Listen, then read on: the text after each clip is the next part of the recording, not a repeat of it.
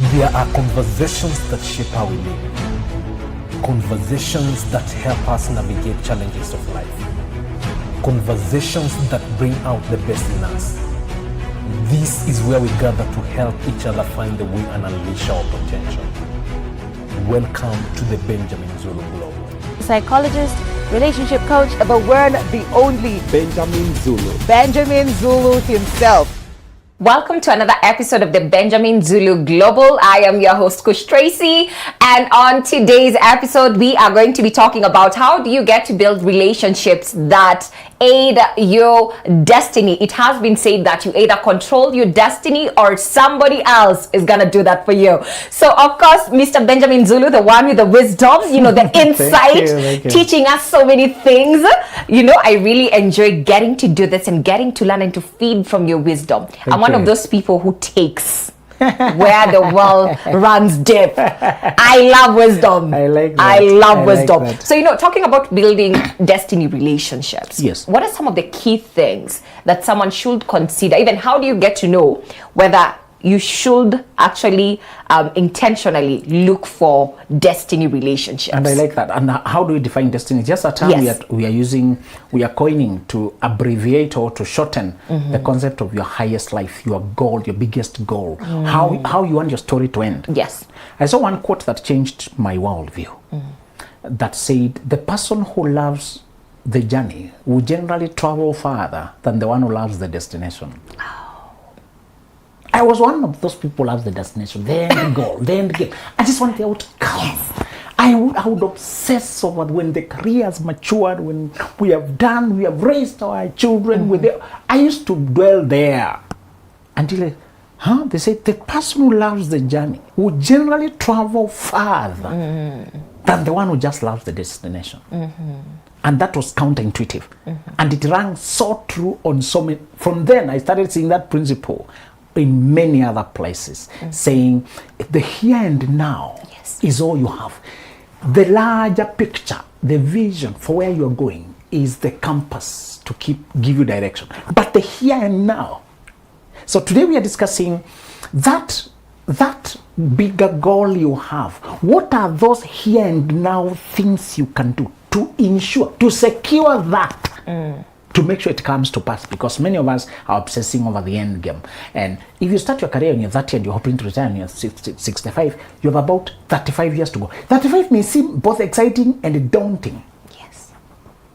Could I fall in the middle? Okay, I can't wait to see the adventure. But what could go wrong, by the way? Will I keep track? That's so long. What if I collapse? What if I embarrass myself? Yes. Will I be alive? Okay, yeah, 30 years. Okay. So if you think about 30 years of your career, you can either be excited but also afraid. But if you think of this day, Yes. if you think of today, give me this day, my daily bread. Something releases. Some pressure is taken off. Yeah. You should know the larger goal, the destination where to end up, but also this day. So I want to tell you what you need to do to this day to make sure that even without worrying about your destiny, it takes care of itself by what you do here. Yes. You can't imagine a driver who is so obsessed over Nyeri because you're going to Nyeri. He's just Nyeri. You want to take a road? But his mind is thinking about that hotel and he's making all the calls. Has they closed the room? Tell them not to finish the party for me. Please, Yes. There's an accident in Douala, Cameroon that happened in Kenya Airways. And it was caused by a person who was obsessed with destination. Imagine that. That guy was coming to Nairobi to shift houses. He was going to shift houses that day. Okay? So he wants to come and go with the movers. They move his house. And he didn't want to delegate it. So his mind was talking about shifting. I need to arrive and move. There's something I need to do today. So he just engaged the autopilot too soon. When you take off, it has tilted. Before it came back, it engaged. And the autopilot couldn't pick on time the aircraft. He didn't arrive for just over-obsessing over the destination. Careful. Yes. That sometimes you over-obsess. You should have a destination. You should not be directionless in this life. You should know your compass, where you're supposed to arrive. Yes. But once you know it's that point, now bring your eyes here and start doing the following things. Today I just want to tell you one of the things you do that automatically takes you there. Another person talking from business perspective said, you will not generally rise to the level of your goals. You will fall to the level of your systems. The things you've put to sustain you day by day, the routines, the relationships, the things you do on autopilot, those are the things that generally characterize your outcome. Everybody talks about they want to end up becoming that, achieving this is our vision, this, but it's the habits you have put every day that dictate what is going on in your life. We generally don't determine our future, we determine our habits, then our habits determine our future. That is so true. That is You so can carry the future in your head. I know Yes. I want to be a rich guy. I want to be a rich guy. But the habits of not waking up, fighting with your alarm 7 times, snoozing 10 times, oversleeping, overeating, eating, not caring about your health, not caring about relationships. You don't Yes. even choose friendships selective. You don't even care for it. That is what you will become, not what you're imagining. You become what you do. Not Not what you what want. yes, not Generally, what you you want. don't- You can you want- don't attract what you want, you attract what you are. Yes. The things you become are the things that gravitate to you. The way you do is what creates the magnet, not what you wish. Your mind is so free for you to create what you want. But after you create it, build the castle in the air, then start putting foundations under the castles in the air to bring them to the ground. Otherwise, they will remain in the air. Everybody, even when drunk people drink, they start talking about the things they dream about. You know, I dream of being a pilot. Yes. Anybody can Yes. fantasize. Fantasies are free. Somebody Yes. said dreaming is free, but the hustle is sold separately. Yes. So today I want to tell you the wheels that take you there where you're trying to go.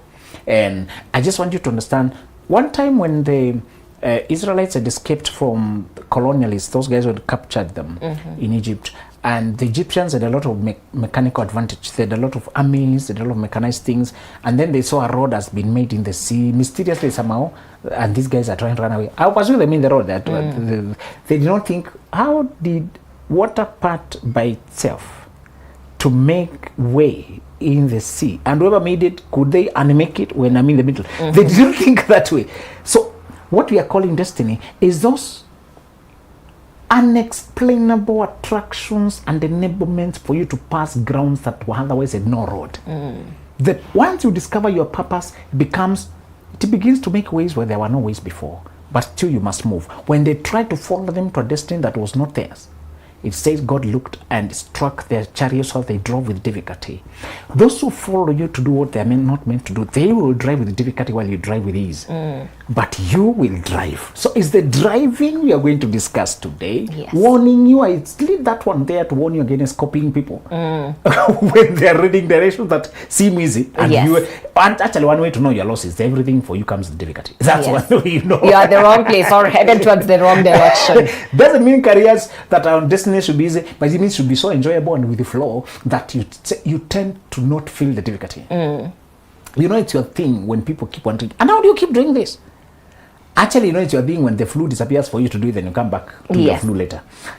When the fatigue disappears, when the boredom disappears, when that thing comes, you forget that you come alive. Yes. That's how you know it's your thing. So the relationships that will aid you to your destiny is that life you have imagined, and I hope you're taking time to imagine that life, because if you don't, you'll be carried by the current of life, by the current of necessities, day-to-day hassles, the economy, the struggle, the third world threats, everything is trying to compete for your attention. Gather some money, have some pension, get a secure job. Everybody is pulling you a certain way, threatening you with health scare, with poverty, with lack, with everything for you to go after those things. Yes. If the moment you start working for just to make a living, you and a cow are doing the same thing. Yes. Cows live to feed for survival. Yes. So many people say, I'm just making a living, putting food on the table. We have started living like cows. We have reduced ourselves to cattle. Yes. And what do cattle do after they feed themselves? Somebody else feeds on them. When you start living to feed yourself, somebody else feeding on you. Thank you. Yes. You're building somebody's company. Yes. You're building somebody's dream. Yes. As you just put food on the table. Don't live for food. When you live for food, you become somebody's food. Living just for providence. Yes. That is survival level. Yes. It's for animals. Because they also live to just be eaten. Yes. When it's time. You must have a purpose. Yes. A large. So take time to imagine what that is and where you want to enter. Accumulating money is not. Accumulating money is not a purpose. There's a guy in South Africa who said he should be buried with his Mercedes Benz. He was so attached to his things. He said he wanted to use it in the next world.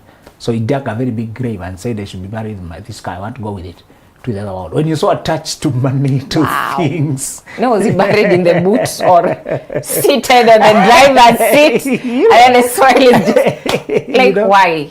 But why? Other African traditions would bury the king when you're seated, holding the throne. Dead.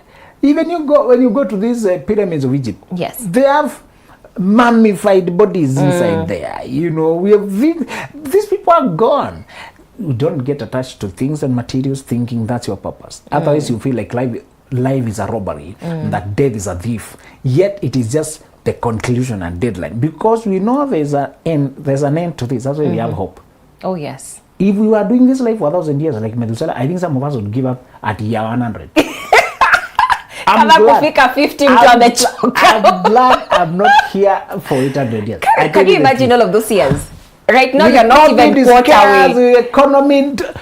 How many disasters will you live through? I'm just glad death comes sooner for us. You know? I hope we die without so much pain. I really don't like the suffering part, but just know that the fact that I'm not doing this for too long is a motivator. Yes. Yes, there's a time limit. Thank you. You know, and I think a lot of people fear that as well. So you consider your destiny as something so far-fetched, and you're like, what is it? It has to be bigger than you just doing things. For me, the world doesn't look homely. It looks like a farm. We are here for work. That's deep. You can eat, you can have some corn, but it's generally not cushy. Yeah. It's not totally secure. Yes. It looks like a farm. We came here for work. That's how the world appears to me. One author validated me when he said, is this world a playground or a battleground? And he said, if you really look at it, it's a battleground. Yeah. For some, it's a playground. Even Life when you is are never innocent, serious. you'll be killed by cancer. Even when you are innocent. Why are children getting cancer? Is there some force that is just malicious? Yeah. What sin did the child do? So he said, if you just look at the world, yes, you suddenly realize if you think this is a playground, you're mistaken. Yeah. There's a side that has good, but that goodness is only to enable us to do something else. This is a preparation ground. If you ask me, relationships, the ones I want to ask you to form are one way in order to make your that higher life come to be. One way is I want you to shop for quality people proactively. Previously, I was guilty of this until recently, until a few years when I learned this principle. All my good relationships were accidental, and I'm embarrassed that I lived like that. Yes. All the good people I knew, I learned, I met them incidentally. It was by chance. We happened to go to college, come from the same area, met on Facebook. Everybody who had benefited my life was incidental. Until one other asked, I want to go to your house and identify everything good. The shoe, the table, the computer, every good thing you have in your house. Did they happen accidentally? You proactively went out looking and paid the price to get them. Yes. He said, what if from today you never buy another shoe on purpose? You never buy another clothes on purpose. If you happen to see it, then you will buy. Yes. Will you ever even control your image, your looks, your life? He said, if relationships are just as resourceful, even more, as important as clothes, as the things you buy, the plots, how come you are never put yourself with that look for them? He said, the reason we stagnate in life and our destinies, what we wanted, mark times. I don't mean to underrate your capabilities. I don't mean to discourage, to lower your self-esteem. But a large part of what you're meant here to do, you can't do it by yourself. There's a huge chunk of the reproduction we are supposed to do in this world that needs cross-pollination. You will need the input of somebody who is not you to aid you. That is true. It was Moses who had been called to bring Israel, but he needed the advice of Jethro, somebody like Jethro, to know how to delegate, manage leadership. Some point. He needed the help of his wife, Zipporah, doing this, circumcising, doing things. You may have that calling that you want to do, but I tell you, if you don't learn to form relationships intentionally, some things will stagnate. Even when you mean well. We were meant, somebody said we are like angels with one wing. We only fly when we join. There's part of you that cannot flap without her. And I'm not teaching you codependency, you never stand up because you fear you can't make it. The relationships that are supposed to aid you, you're supposed to look for them proactively. So how do you look for relationships proactively? I want you to change what you search for when you settle in your free time online. I just want you to check people have huge following or people have deep points. And I want you to start clicking pages and liking individuals who talk sense. On purpose, just check who else they're connected to. Check that. Go liking, make it your target. That when you see a good person, try to like 5 other people around them. Do you know that's what I do? Literally. That's one way we search for resourceful people. And I learned that later on Very good. in life. And you can't find what you're not looking for. Thank you very much. Like literally. Do you know how embarrassing it is how late we learned that? I was, I think, 28 or 29. You're wondering? And I'm like, this is... You depended on Facebook suggestions. You may also like... I know, people you may know. From your contact list, from your names, from your region, from what you share in the college you went to, from the university you went, so they're just collecting what you... Yes. You know? And there's a time I was very pissed because my timeline was full of nonsense. There was no substance. My page had disappeared. Work had to be created another one. And then we started having that problem of I could not find any educational materials. We came to discover that when you have a large following, many times the Facebook is giving you what those people are posting. They don't look what you follow yourself. They check who follows you. Yeah. We realize the metric is not organized to go for your preferences. Oh, yes. Yeah, sometimes I check my feed on Facebook and I'm like, what are these? Like, this is not even the content I consume. The algorithm on this end is not just algorithm. And many of the things are bringing you that you don't even follow those people. Yeah. You realize, where are we connecting? You come to realize it's geographical. You may just come from Kenya. You may just come from this. The algorithm is trending news. I think you must be interested because you're in that region where people, that demographic of people are clicking this. So I realize they don't know your tastes and your preferences. You're the one to teach them. Yes. So you go to a function called liked pages. Yes. You have to go to the pages yourself you liked to check what they're posting. Yes. Just to tell you, one of the ways I've used social media because it's one digital resource, and until you learn to use your digital time for learning time, you will remain behind in the race of life because you spend so many. The average person spends minimum of 3 hours on the phone. If you can make 2 of those 3 hours more educational than entertainment, if you learn to slice off most of that time for learning, especially for connecting with good people online, it will move you fine life. Another practical way to get good people is to attend conferences, attend events because of who else is coming, not because of what is being talked about. Previously, you want to know which topic are they discussing. This is concerning. I want you to check who else is likely to show up. I want you to start showing up for who will sit next to, who will present there, which book I can buy, who I can connect with. Some of these resourceful people you may not get personal on day one. Just buy their materials. Just learn how they talk. Just hear them.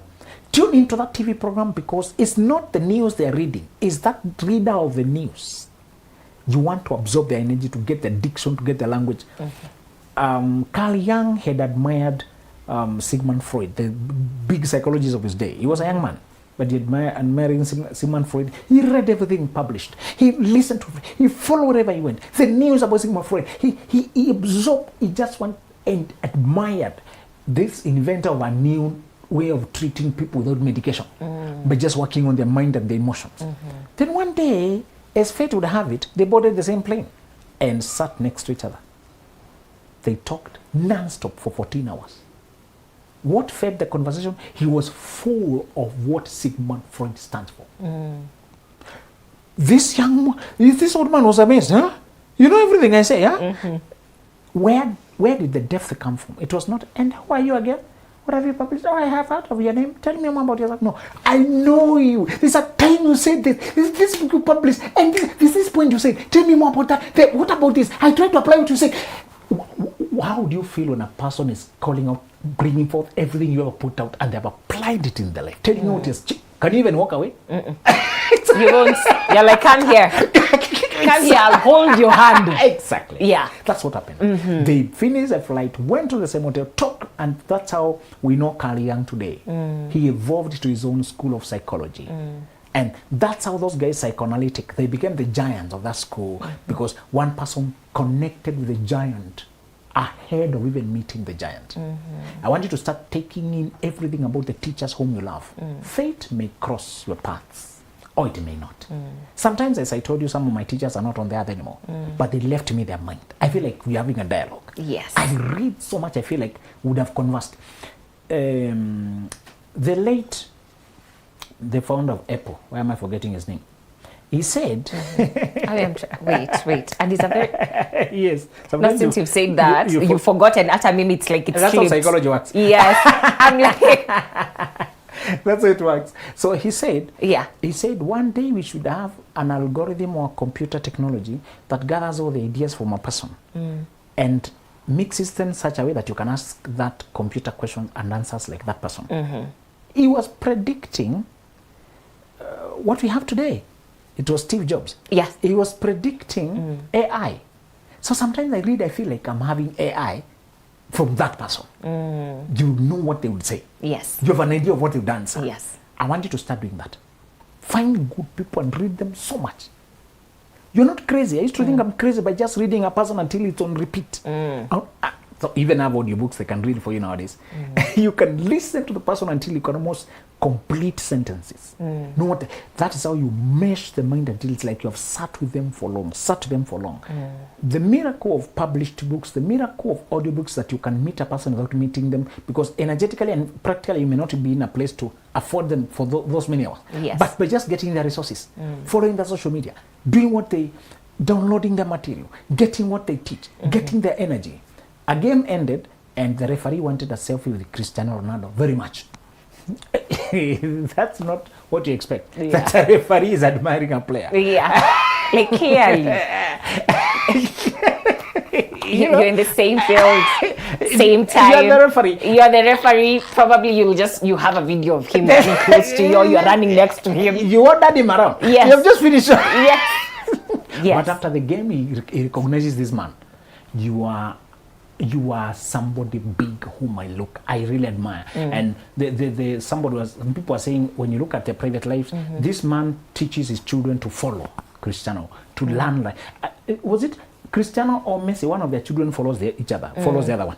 I think the child of Cristiano likes Messi or something like that. So that the style of football is coming from the other. Yes. Just to tell you, those people you love, the Cristianos of your field, don't come there with seniority, saying, I'm a teacher, I'm a referee here. Pay respect to them. Respect draws. Respect, honor is what attracts people to invest in you, to teach you, to give you tips, to hold your hand. I want you from today to start internalizing and proactively connecting with those people energetically, mentally. When you ever meet physically and you compliment them, you've built my life in this sense. I've learned from you this. That acknowledgement, there's something it does. Many of them can go ahead and validate you more, or by just feeling like you have confirmed their existence and told them, thank you for existing. I'm glad I existed in your day. I learned so much. I feel indebted to those teachers who teach me and they're not on the earth anymore. I read so much from John F. Kennedy. I read so much from guys who lived and did their life and wrote and died. I feel like I am indebted to the next generation that will not see me. So they told me the best way to thank me is to pay it forward. Give forward what I gave you. Yes. You could not meet me perhaps to say thank you. The others want to meet you. So pass it on. Yes. Pay the debt forward. Yes. For me is to say, when Paul was writing his last letter, he felt that this was it. He was done. And he was writing to his son, and it was energetic son, the person he is mentored. Timothy saying, I fought a good fight. And I finished the race, and I finished my course. I've run my course.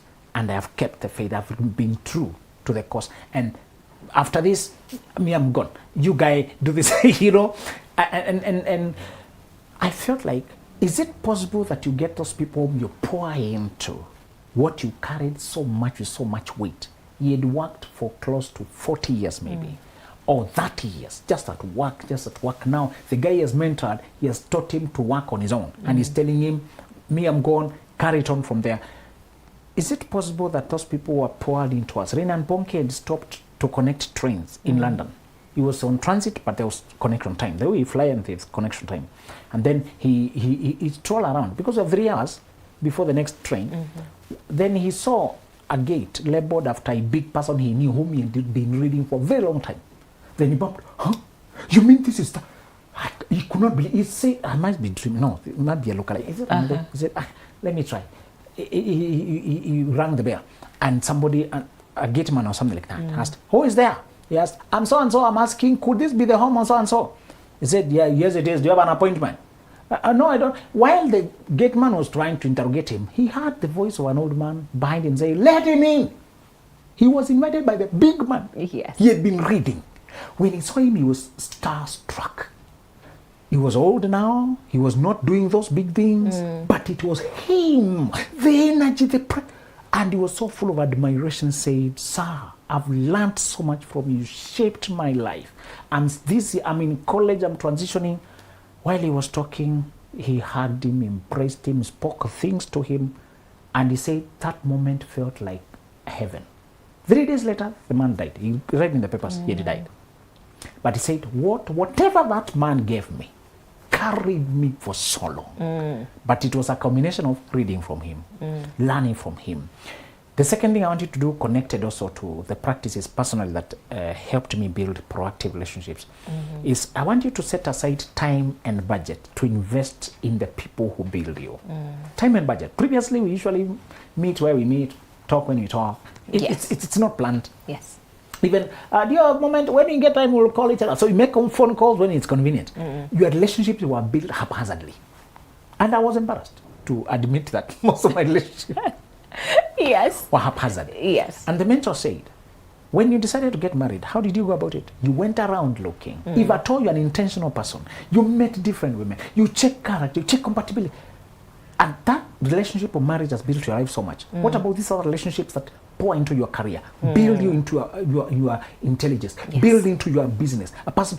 What if you went out looking for resourceful people like that?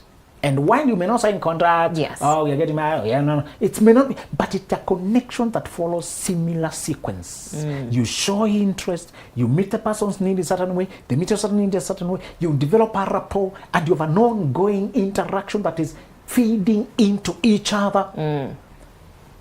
I want you to form merry-go-rounds not for the money, but for the people. I want you to get people who, when you can't find anything else to connect around, go to their church. Visit, go to their birthday, take them a gift because you admire them. There's something you like them for. I just want you to follow these few tips because I've really changed my life. I was very naive in cars and I needed to buy cars. I knew I was going to make embarrassing mistakes. Lucky for me. When you don't know and you don't know that you don't know, you're lucky. You are lucky.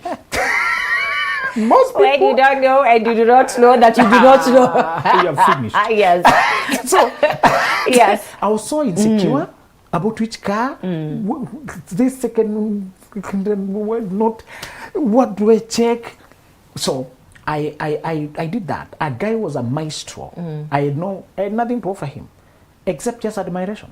Sometimes just listen to them, learn from them. He was just so good and he was wealthy, better. We were age mates, but he had gone ahead in life. Ahead. You know, those people just go ahead. And you have to admit it. Yeah. They're there. They're better money, they have more cars, they have family, you're just a beginner. What do you have for them? All you can do is learn from them. So I realized you can actually become very important to people when you become their sounding board. To validate them. I became a hungry student. And when I needed to buy my first car, he stopped everything and came with me. Told me, go look, the one you like, call me. So when I find one I like, I call him. I tell you, he saved me so badly. Things I could have done. Me, I'm listening to it, he's changing gears. This guy does not even get in. He opens the door, closes carefully, say, you see, does not slap. They're supposed to slap. This is a salvage. Forget that car. He did not even get in. Me, I'm trying to enjoy it. Let's do test drive. He opens the boot. He checks something where they usually do the welding when they're doing some joint. I have never, even the sellers would just stand aside. That guy will just check 2 points and everybody like, He knows what he's doing. Exactly. Yes. You know, and when he finally found the right one, he even, the first 1 minute, he said, this is a good thing. He 3 checkpoints. And also after that, just check the other parts. The other small things of, I don't know, mileage, but the condition is perfect. I knew I don't know. I had befriended a person who is a maestro in that field. He saved me time and again. Over time, he trained me until now I can check. Nowadays, I can do most of the checking. Anyway, you ought to grow up buying all the things anyway. So, but when it comes to choosing the type, suitability for your lifestyle, what you balance, the terrain, how it sounds, listening, hearing this, maintenance, how to communicate with your machine. That guy taught me a whole curriculum, a relationship that I sought proactively. How did I seek it? I get into merry-go-rounds and strive to pay just to be close to this guy. I get into boy clubs, golf club, or whatever. I did not do golf, but you may have to do it if some of the people you want are there. There's some clubs they call BNI, Business Network International. There's also, they call the ones for speaking, Toastmasters. You can join Toastmasters, you can join BNI, because you're not trying to become an international speaker. The people in that club. I want you to do that. To just gravitate and sit under them. Pay whatever needs to be paid. I want you to allocate money now. I want you to allocate time. The last thing I want you to do is I want you to travel to the other town that you have no other business doing. Develop an excuse for going to Mombasa. At the time when you know. At the time when you know. Yes. That woman has a free weekend. Remember, there's your schedule. I'll be coming around. I was wondering, this, the other one, when I come, then you align your schedule mysteriously to coincide with her availability. Then go wash her kitchen. Humble yourself. Forget all these names out here. Yes. Go do what she does. She's in the shop. Do the labor there. Yes. When they see hunger, there's a way teachers are activated by hunger. I did that with an avionics engineer. A guy was working ahead of something in Wilson Airport. I was nobody to that kind of person. He had all his life, he studied in the UK, Birmingham. He came from a very poor background. So I just wanted how he managed to come from nothing to a towering avionics engineer. That was for me too inspiring. He has vehicles, he has life, his children are flying over there. And I learned the only way is he loved coaching and teaching. Let me just become a student. So I carried a pen and paper and arrived at his gate when he's coming from work. And I had one question to tell you, what should I do about this and that, and what would you have done? We sat down from 8 p.m. to 2 a.m. Wow. Some of the things you see in me, I maneuvered my way by just consciously gravitating close to knowledgeable people. Even when I did not have money, my hunger and humility and sincere interest. And he told me, you make me emotional because I wish young men were like you. We have so much to teach, but who is interested? He told me, we don't have interested students. And those are the people who gave me cars to drive. Take this car to they taught me, because they need, as I serve them, I interact with better things. Yes. I know how houses are built, how things are done. Yes. I accompany them to when they're meeting big people, and I'm seated there, and hotels I could not have gone to, because when you're hungry, they gravitate to you. From today, don't think that was a period for you. Even now, I want you to start connecting. I have a lecturer who would go to Dar es Salaam, miss a class to go to Dar es Salaam to meet his mentor or colleague on that level who is transitioning to Cape Town and is spending 2 hours of transition time to Dar es Salaam to just exchange notes on the cases he's working on, psychological cases he's working on, and the techniques. And you'll bring him books. This one brings. When it reaches that point, you may not call each other mentor student, call each other colleagues, but you sharpen each other. So he never stopped learning, and he was the greatest psychologist ever. He would teach without any book, and he teach you until all of you, your heads are bursting. And he's reading nowhere. Yes. Just to tell you, make it proactive. And if you do that, your momentum will always be high. You'll always be speedy and fresh and relevant. You'll be old, but so knowledgeable and on demand. People will say you're the one they want because you're always fresh and relevant. Yes. That was deep. Your hunger is what is going to gravitate and pull people closer to you. Those who are meant to be in your life for your destiny. So may you find wisdom, to know who to gravitate towards and to know when you need to be humble to learn and be a good student. But anyway, that was a very mind-blowing and hey, I've learned so much myself. But I'll be seeing you guys in the next show. There are conversations that shape how we live. Conversations that help us navigate challenges of life. Conversations that bring out the best in us. This is where we gather to help each other find the way and unleash our potential.